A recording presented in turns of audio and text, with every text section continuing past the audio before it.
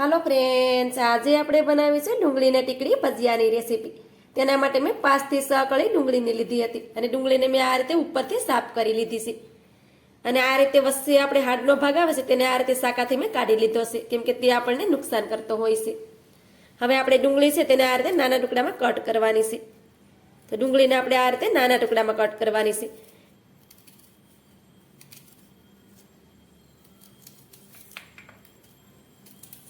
આ રીતે ડુંગળીને તમે જોઈ શકો છો કે તેને આપણે આ રીતે નાના ટુકડામાં જ કટ કરવાની। તેને આપણે ચોપરમાં ચોપ નહીં કરવાની। આપણે ટીકડી ભજીયા બનાવવાના હોય એટલે આપણે ડુંગળીને આ રીતે શાકાથી જ કટ કરવાની છે। તો આ રીતે તમે જોઈ શકો છો કે ડુંગળી આપણે આસાનીથી કટ થઈ જાય છે। આ રીતે આપણે બધી ડુંગળીને નાના ટુકડામાં કટ કરી લીધી છે। હવે આપણે એક વાસણ લઈ લેશું અને ડુંગળીને આપણે તેમાં નાખી દેશું। હવે તેમાં આપણે નાના કટ કરેલા લીલા મરચાં નાખી દેશું। તીખું તમે જે પ્રમાણે ખાતા હોય એ પ્રમાણે તમારે મરચાંને લઈ લેવાના। અડધી ચમચી જેટલો આપણે કાળા મરીનો પાવડર નાખી દેશું। એક નાનો ટુકડો આદુને આપણે આ રીતે ખમણીને લીધો છે તેને પણ તેમાં નાખી દેશું। અડધી ચમચી આપણે લાલ મરચું પાવડર નાખી દેશું। થોડાક આપણે લીલા ધાણા નાખી દેશું। સ્વાદ પ્રમાણે આપણે મીઠું નાખી દેશું। થોડોક આપણે ગરમ મસાલો પાવડર નાખશું। એક નાની ચમચી ભરી આપણે ધાણા જીરું પાવડર નાખી દેશું। ચપટી જેટલી આપણે તેમાં હિંગ નાખી દેશું। હવે આપણે બધી વસ્તુને સારી રીતે મિક્સ કરી દેવાની। તો પહેલા તો આપણે આ રીતે બધી વસ્તુને હાથેથી જ મિક્સ કરવાની છે। આ રીતે આપણે બધી વસ્તુને સારી રીતે મિક્સ કરી દીધી છે, તમે જોઈ શકો છો। હવે આપણે અડધો વાટકો ભરી અને બેસન લીધો છે, તો બધો બેસન આપણે એકસાથે નથી નાખવાનો। આ રીતે પહેલા આપણે થોડોક બેસન તેમાં નાખવાનું અને તેને સારી રીતે મિક્સ કરશું। ટીકડી ભજીયા છે તેમાં બેસનનું પ્રમાણ છે તે ઓછું હોય છે અને ડુંગળીનું પ્રમાણ વધારે રાખવાનું હોય છે, તો આ ટીકડી ભજીયા છે તે ખાવામાં એકદમ સરસ લાગે છે અને ક્રિસ્પી પણ બને છે। તો આ રીતે આપણે થોડો થોડો બેસન નાખતા જઈએ અને તેને મિક્સ કરશું। આમાં આપણે જરૂર લાગે તો આપણે પાણી પણ થોડું નાખી શકીએ, પણ અત્યારે આપણે તેમાં પાણી નથી નાખ્યું કેમ કે ડુંગળી છે તે પાણી છોડતી હોય છે। તો આપણે આ રીતે થોડું થોડું બેસન નાખી અને તેને મિક્સ કરતા જશું। હવે આપણી પાસે વાટકામાં બેસન તો તે બધો મેં તેમાં નાખી દીધો છે। આપણે અડધો વાટકો ભરી અને બેસન લીધો હતો અને ડુંગળી આપણી 6 થી 7 ગાંઠિયા હતી, પણ આપણી ડુંગળી હતી એ નાની મીડિયમ સાઈઝની હતી। આમાં તમને જરૂર લાગે એ પ્રમાણે તમારે બેસન નાખવાનું। હવે તેમાં આ રીતે થોડું પાણી નાખશું અને સરસ રીતે બધી વસ્તુને આપણે મિક્સ કરશું। આ બેટરને આપણે ઢીલું નથી રાખવાનું, આને આપણે મીડિયમ ઠીક રાખવાનું છે। તો આ રીતે આપણે બેટરમાં 2 ચમચી જેટલું પાણી નાખી અને બેટરને આપણે બનાવી લીધું છે। તમે જોઈ શકો છો કે આ બેટર છે તેને આપણે આ રીતે રાખવાનું। આ રીતે તમે જોઈ શકો છો। આ રીતે એમાંથી આપણે બનાવીએ તો ભજીયું છે તે સરસ રીતે પડી જાય છે। તો આ બેટર આપણું એકદમ પરફેક્ટ છે। આવું બેટર હોય તો આપણે ટીકડી ભજીયા છે તે એકદમ ક્રિસ્પી બનશે। હવે તેમાં આપણે થોડોક ખાવાનો સોડા નાખશું। આપણે 1 ચપટી જેટલો તેમાં ખાવાનો સોડા નાખ્યો છે। હવે તેમાં આપણે અડધા લીંબુનો રસ પણ નાખી દેશું। તેનાથી ટીકડી ભજીયા છે તે અંદરથી એકદમ સોફ્ટ બનશે। હવે બધી વસ્તુને એકદમ સારી રીતે મિક્સ કરી દઈએ।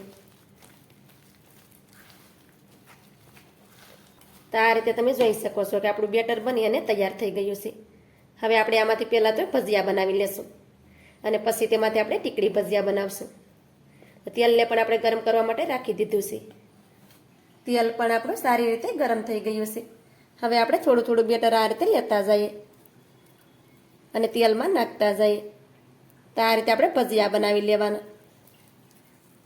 ભજીયા છે તેનો શેપ આપણે થોડો મોટો રાખવાનો, કેમ કે આમાંથી આપણે ટીકડી ભજીયા બનાવવાના છે।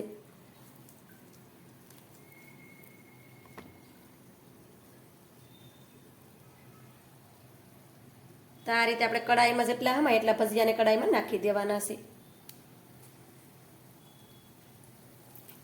તો આ રીતે આપણે કડાઈમાં ભજીયાને નાખી દીધા છે।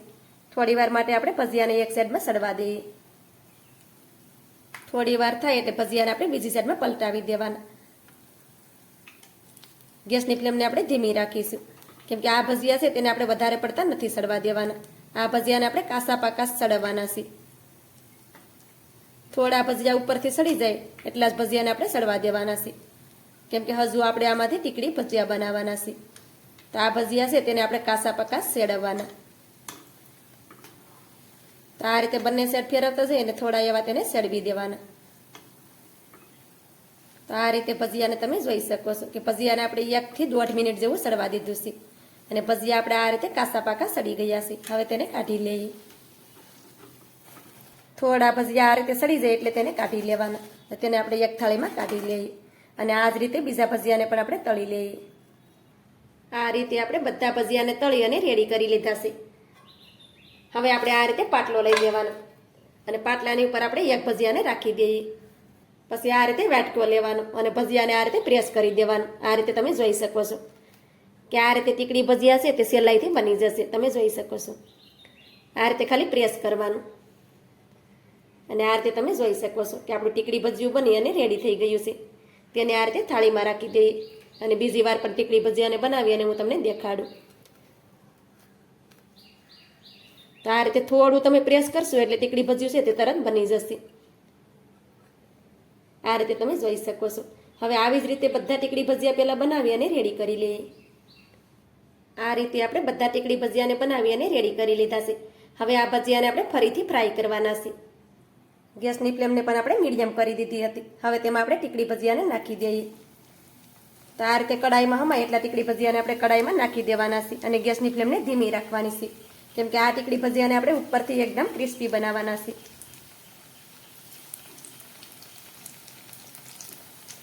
તો આ રીતે આપણે કડાઈમાં ટીકડી ભજીયાને નાખી દીધા છે. હવે તેને પલટાવવાની ઉતાવળ આપણે નથી કરવાની. એક સાઈડમાં તેને થોડી વાર માટે સડવા દેવાના. થોડી વાર થાય પછી આપણે ભજીયાને બીજી સાઈડમાં પલટાવી દેવાના.